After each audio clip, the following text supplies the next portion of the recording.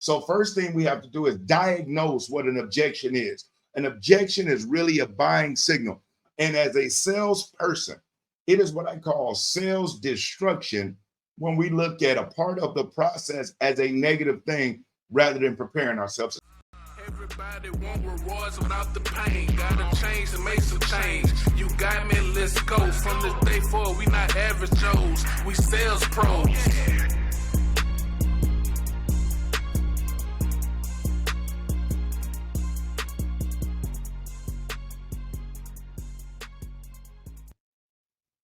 All right, all right. Welcome to the training. Appreciate it. I'm Brian Maxwell. This is the 5 common objections. Let me explain what this training is supposed to do. In sales, a lot of times salespeople get freaked out whenever a customer says, "I want to think about it. The price is too high. I want to speak to my spouse. I want to shop around."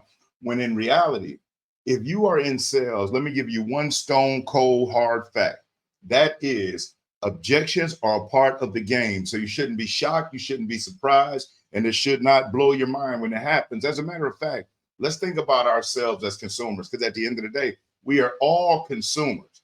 But when we get on the other side of the desk and we're actually promoting a product or a service, we tend to take offense at things that we also do. Fact is this, as consumers, our objective when we're doing business with somebody or with a company is to get as much as we can, coming off of as little as we can. And so you should expect that your customers are going to do that. Another thing about objections is objections are not rejections. In a lot of situations, an objection is actually a buying signal, because for a person to think something is too high, guess what? They had to consider buying it or whether it will fit their budget. If someone says they want to shop around, they're doing that to make sure that this is the best possible option and they're getting the most bang for their buck. If they want to speak with their significant other, in a lot of cases, they just want reassurance that they're making the right decision. And we can go on and on and on.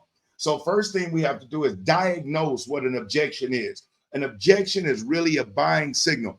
And as a salesperson, it is what I call sales destruction when we look at a part of the process as a negative thing rather than preparing ourselves. It's like being a boxer, and you could be the hardest hitting boxer in the world.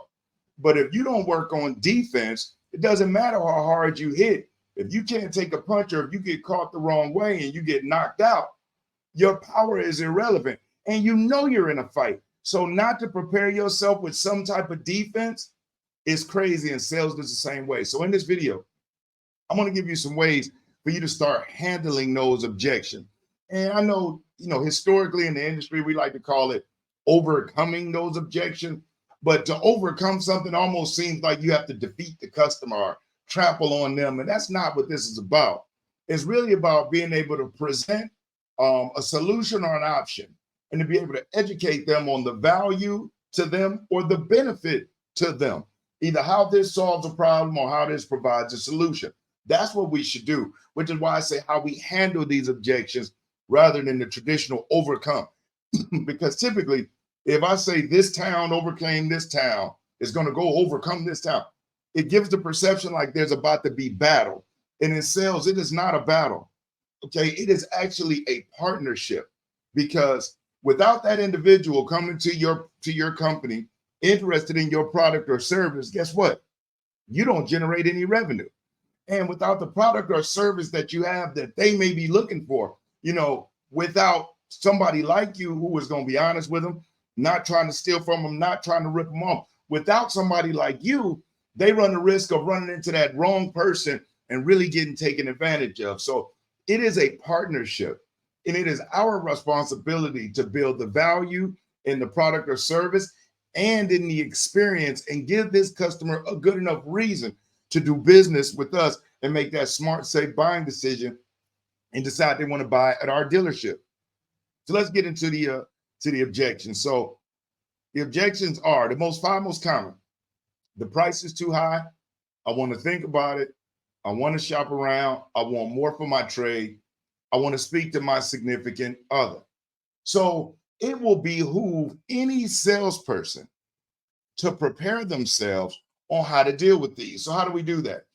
First of all, you want to remember this one phrase: good salespeople practice what to say, while the great ones practice what to ask. Okay. And whether you are new to sales or if you are a seasoned veteran, we can all utilize certain resources, certain outlets, certain pieces of information to increase our conversions, to improve our sales, and ultimately to increase our commissions, whether that's to double it, triple it, whatever it is that you want to do. As a matter of fact, one of the most effective ways that people in the automotive industry are taking advantage of information is by, utilizing this learning platform called Selling for Success. Check this out. Whether you're new to sales or a seasoned vet, if you're looking to increase your sales conversions, generate more leads leveraging social media, or increase your commissions, even double or triple it, check out the Selling for Success sales training platform loaded with complete courses that cover phone skills training, lead generation, sales conversion, even that extra little bit of motivation you need to get you through a tough week.